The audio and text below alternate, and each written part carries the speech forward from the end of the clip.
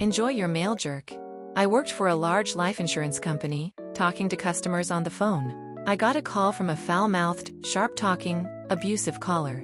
I could see through phone the hole in his suit behind his desk collar in my mind. He spoke beyond sharp. He was loud, forceful, and peppered his speech with the worst profanity. He demanded to know if he could split his life-ins benefit between two people, and if they had to be family. I told him he could and they didn't. He then demanded to get the change of Benny form sent to his office. I told him I could do this. He made me repeat back to him what we spoke about and that I promised to send the change of Benny form to his office, not his home. He said his wife was busy and didn't need to be bothered with menial business. He actually said repeat after me. I will. He made me do this twice. By the time he was done, I was practically in tears. I was shaking. I kind of had an idea of why he wanted the form sent to his office, not his home. Anyone else guess? Well, I sent the change of Benny form to his office as requested.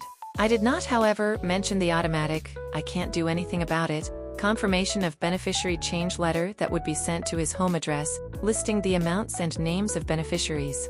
I went back in weeks later and found the change made as requested, and changed back to wife only again. Nursing time theft shenanigans. Backstory. For the past few years I've been a nurse.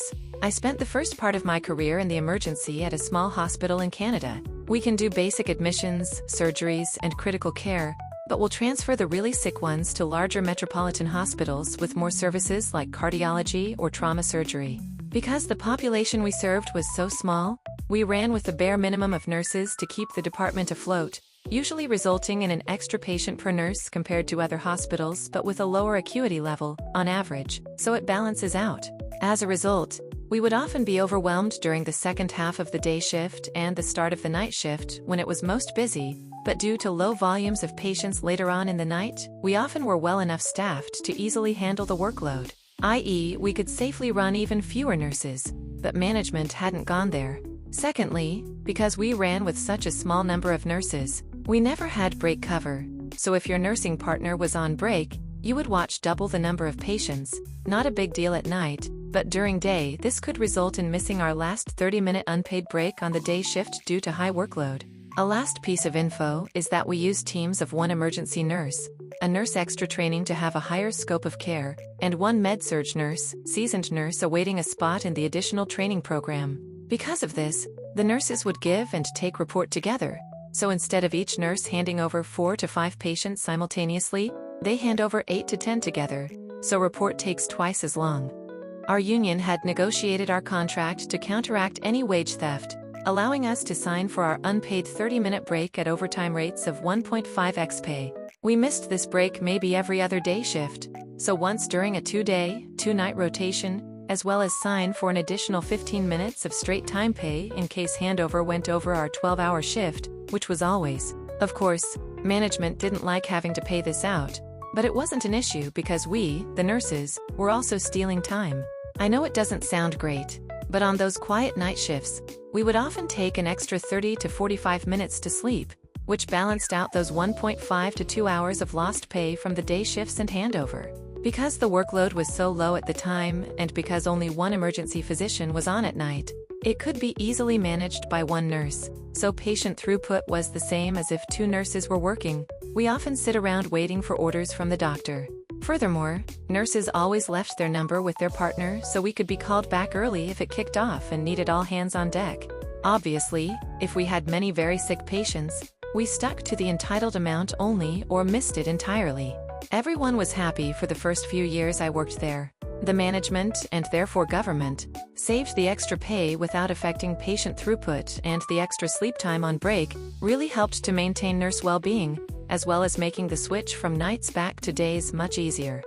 Then one of our less pleasant charge nurses got angry at this. The charge nurse role is like the boss of the unit. On most units with admitted patients, this was a AN 0800 to 1600 Monday to Friday type gig that was covered by regular bedside nurses when the charge nurse wasn't there. In emergency, however, we had specific nurses working rotating shifts in this role with a small pay bump, and any gaps in the schedule filled by very senior emergency nurses, as it was a much more unique beast to manage. I say this only to give benefit of the doubt that this nurse was probably stressed out like crazy every shift. So I'm sitting at work in the morning, waiting for the inevitable onslaught when the email pops up stating night shifts are to be limited to union-mandated break time only. I'm a bit pissed off at it, but ultimately they're right. We're only entitled to 60 minutes of unpaid break time and 45 minutes of paid break time.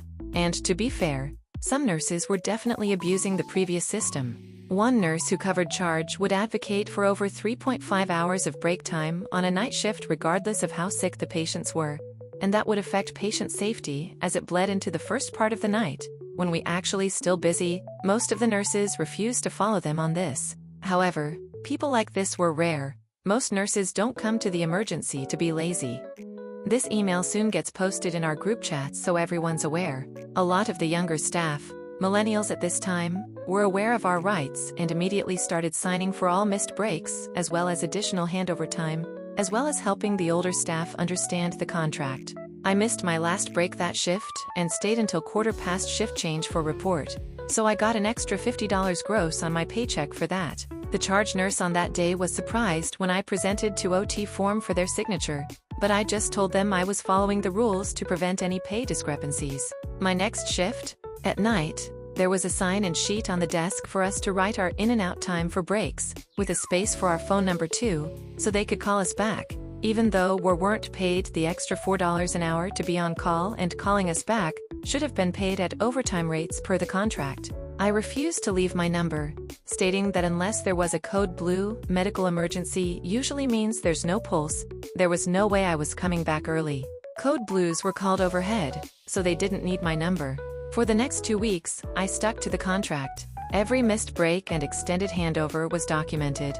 And of course I signed in and out of my breaks on the dot. I spent so much time on night shifts staring at my phone waiting for the doctor to give me something to do as I'd caught up on everything else. It might not seem like a lot, but that extra hour of handover pay plus occasional missed breaks per shift set would have added up to roughly $2,000 extra per year per full-time nurse, which is a decent amount of change to a publicly funded healthcare system. Eventually the manager noticed and came around clarifying that while they would sign for any extra wages if we wished, we could also choose to sleep extra on nights if we wished, providing we left our number. I asked for them to email that to me, and while I could have sent that straight to the union rep, I didn't bother, as I had already gotten the sleep time back. I left that job later on and have been very happy at a much bigger hospital for 2 years now. Now I have a nurse come cover mine and my partner's break. There's no teams, and they encourage us to take longer breaks when possible to prevent staff burnout, which was really prevalent at this one. I now document my missed breaks and extra sleep time to make sure it matches up. They're also willing to sign for missed breaks on top of that to help staff retention, but my conscience doesn't let me go that far. I'm just happy to sleep. Math class drawings. I am 15 meters. Ever since I had started taking my medication, I had signs of hyperactivity which distract me in class. One of the things I do very often in my classes is draw, which no other teacher has a problem with, except my math teacher. I only draw once I have completed the due page or when my class is very slow. My teacher, who I will call Mrs. Old, had a serious problem with my doodles, often calling me out in fringe of the class for drawing or taking my pencil. This completely enraged me because I understood the subject completely fine. To comply with her requests, I started writing random quotes, lyrics, and emoticons on my page instead. This had made her more pissed, unfortunately.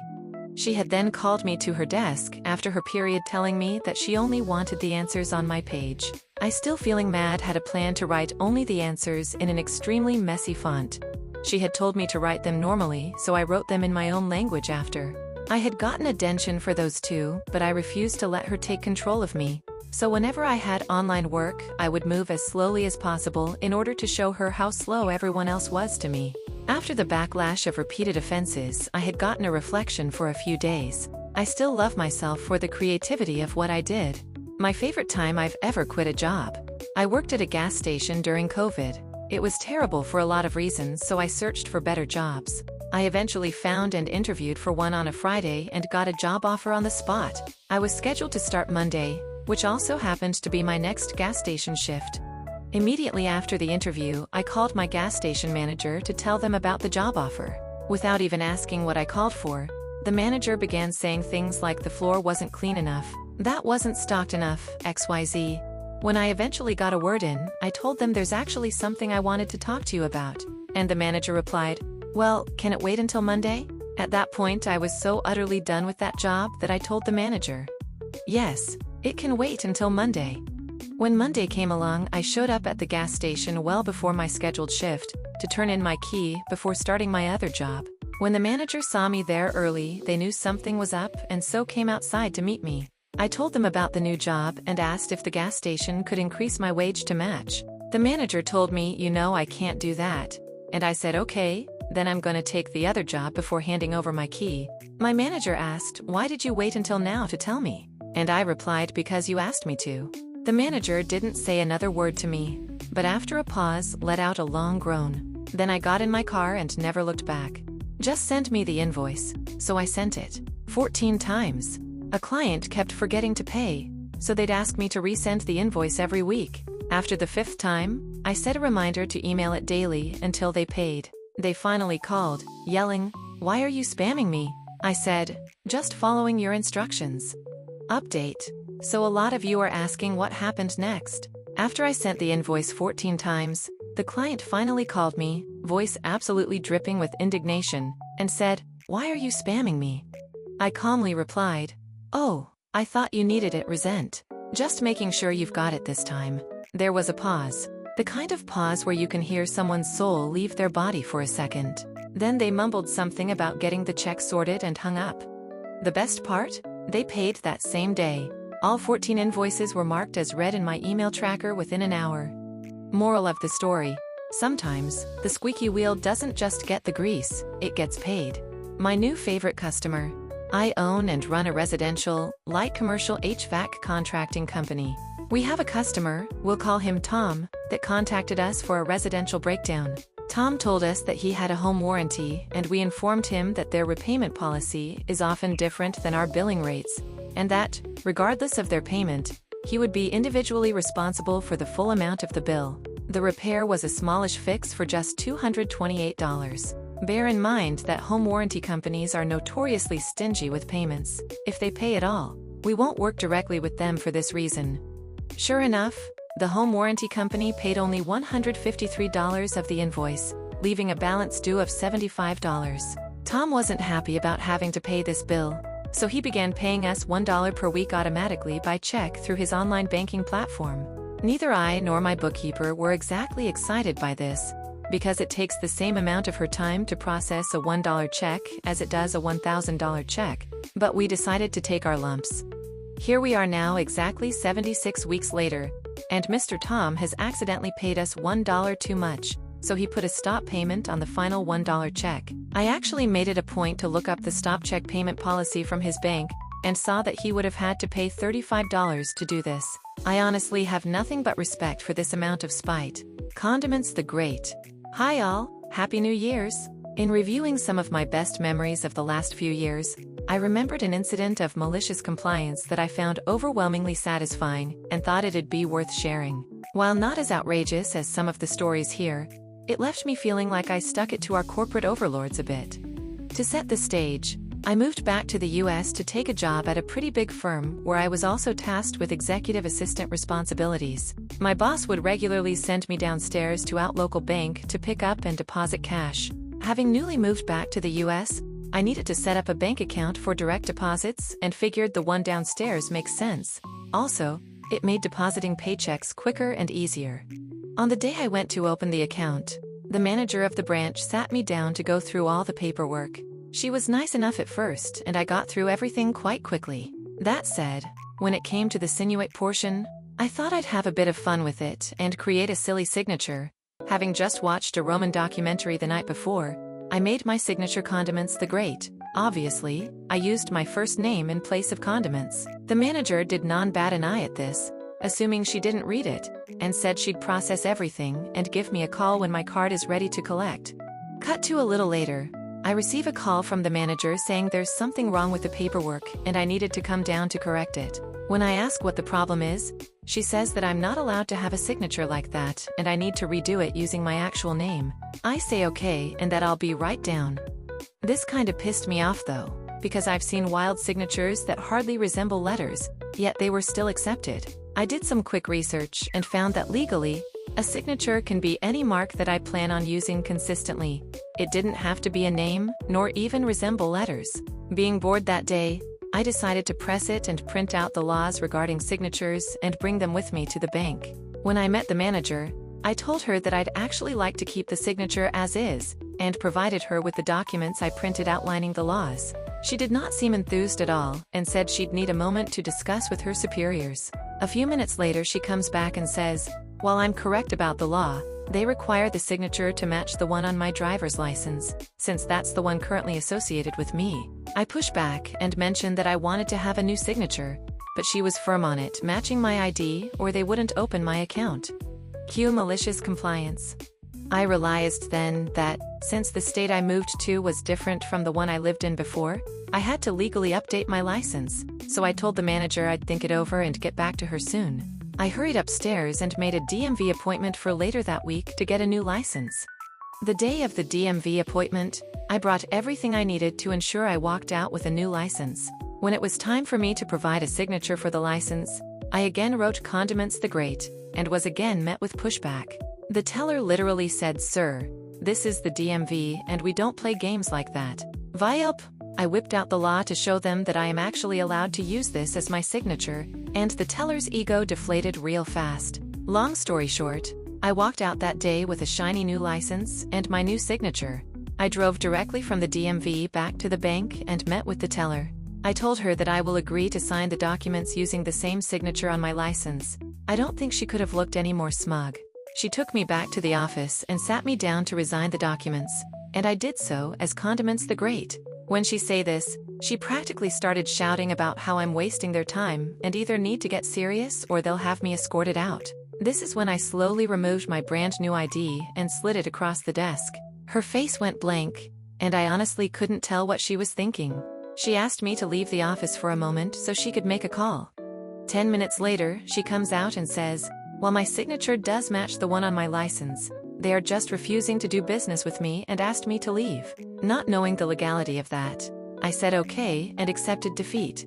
I walked back up to my office and told my boss that they're not allowing me to open an account. I told him the full story, and he actually found it hilarious. He then said that he'd handle it.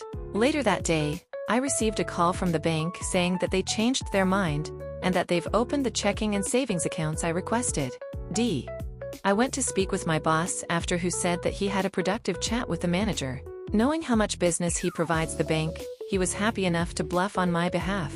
He essentially told the manager that not allowing me to open an account was directly affecting his business, and that if they don't oblige, he'd close his accounts and take his business elsewhere. Apparently that threat hit hard, and the manager quickly backtracked, saying that they never refused my business, just had to get approval from upper management. At the end of the day, I was victorious, and still use this signature on all official documents. It's a bit silly, but it's my trophy and a good conversation starter. Thanks for watching. If you liked what you saw, make sure to give a thumbs up, subscribe, and ring the bell for more videos. See you soon again.